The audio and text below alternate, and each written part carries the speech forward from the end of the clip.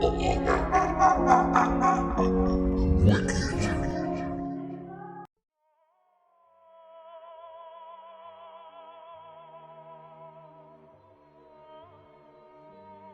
the book of Genesis, it says that the sons of God came into the daughters of men. They created a hybrid offspring who are called the nephilim, or the fallen ones. They're referred to as the giants, or the mighty ones, and some believe they were between 8 and 15 feet tall. This is handed down not only in the Bible, this is also handed down in Sumerian languages, that some of the gods had sex with humans and the offsprings were giants.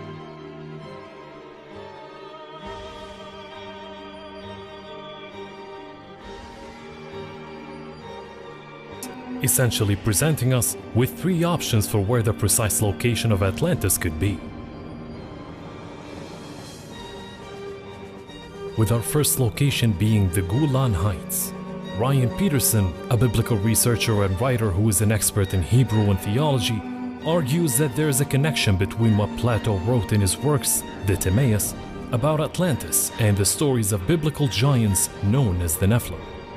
According to the early books of the Old Testament in the Bible, these creatures were the offspring of demons and human women before the Great Flood, and thus were essentially the biblical equivalent of the Titans, the giants from the Greek mythology.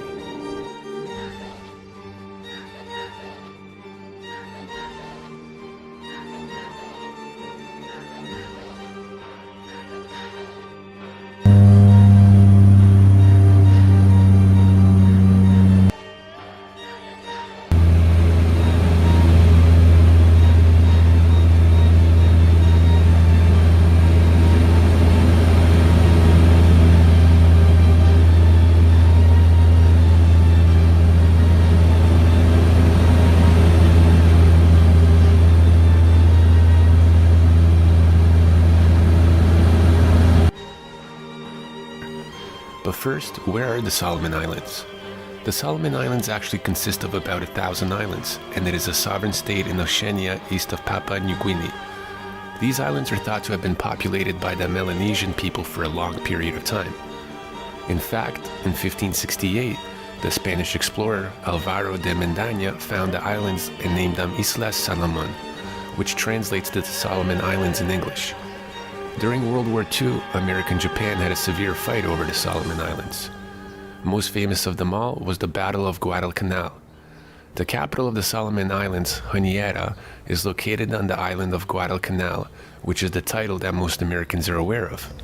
However, the intense war between the Americans and the Japanese wasn't the only conflict at the time. It is said that the Japanese soldiers had encountered a giant.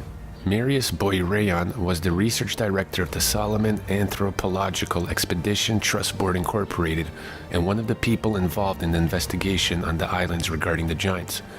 Boirayon lived and worked in the Solomon Islands as a helicopter pilot and engineer and ended up marrying a Solomon native woman. In 2010, Boirayon published the book Solomon Islands Mysteries. The book had covered stories from the domestic people, which included his wife.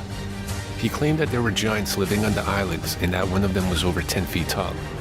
Other stories say that some giants were even up to 15 feet tall. The Guadalcanal giants, as he referred to them, are said to have long black, brown or red hair, double eyebrows, red eyeballs, flat noses, and wide mouths. The Solomon Islander are lacking the understanding that their giant race would be a big scientific discovery to the rest of the world. Whether by design or not, it is appropriate that the Solomon Islands national logo is "the place that time forgot," said Boirayon. Boirayon also gathered many eyewitness accounts of the giants of the Solomon Islands. According to him, they are over 15-foot tall creatures that leave footprints around the construction sites of the Solomon Islands.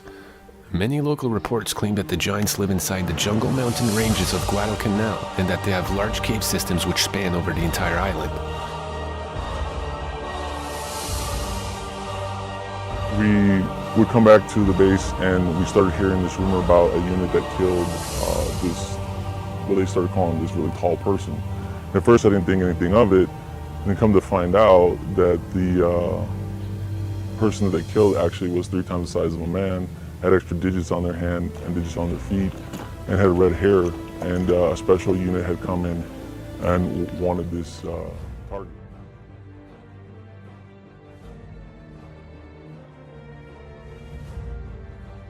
He talked about this giant being 1,100 pounds, anywhere from 10 to 15 feet long, and it was killed. It was apparently shot somewhere in a cave in Afghanistan, but before it was shot, it lunged at several of our troops, our soldiers, may have even gorged somebody. It was just a bizarre story, and it just sounds like the Nephilim from the Bible, doesn't it? That's why we're so fascinated by this. Unfortunate that he had to attack our soldiers rather than be somewhat peaceful, but I guess that comes with the territory. Yeah, it's huge. Absolutely huge. Wow. Yes. So we think it's a smoking gun. I think it's a smoking gun. What's the takeaway? Well, my takeaway is this. In my opinion, this skeleton does two things. First, it points back to the veracity of the Native American oral tradition, that there were giants here. Second, it points back to the biblical narrative of the Nephilim being on the earth. In addition, there are countless accounts of these giants on the Solomon Islands, and new ones seem to be popping up every day. What do you think about the giants of the Solomon Islands? Is it fact or fiction?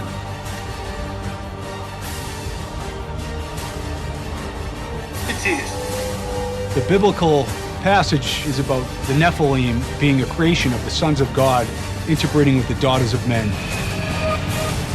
So this interbreeding action created a race of giants who I believe were portrayed as malevolent. Could this biblical account of the sons of God interbreeding with the daughters of men to create the giant Nephilim be rooted in an ancient truth? Could all this have a supernatural explanation like L.A. Marzulli suggests? I'm not sure. I can think of another scenario. Came up from the drop. They had dropped netting, which is like cargo netting. It's like squares. We were told we had to bundle him up. And we get another bigger helicopter, but it's almost like a Jolly Green Giant used to look back in the day that could get, through this area. Because the mountains, you gotta remember, Chinooks could only go in certain places because they had enough lift. And so we got him on there. The thing was too big, we couldn't move it.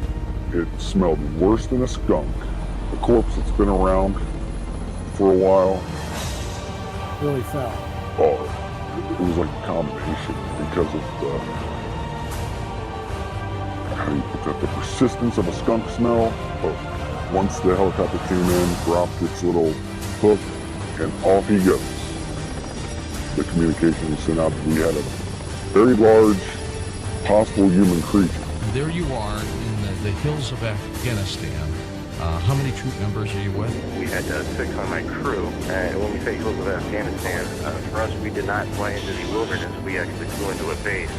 I guess this thing was transloaded out of the mountains by a CH-47. What I could see that it did have the 6 fingers. I remember taking my foot up and placing it up next to its foot, and it was extremely large. We estimated it at about 12 feet.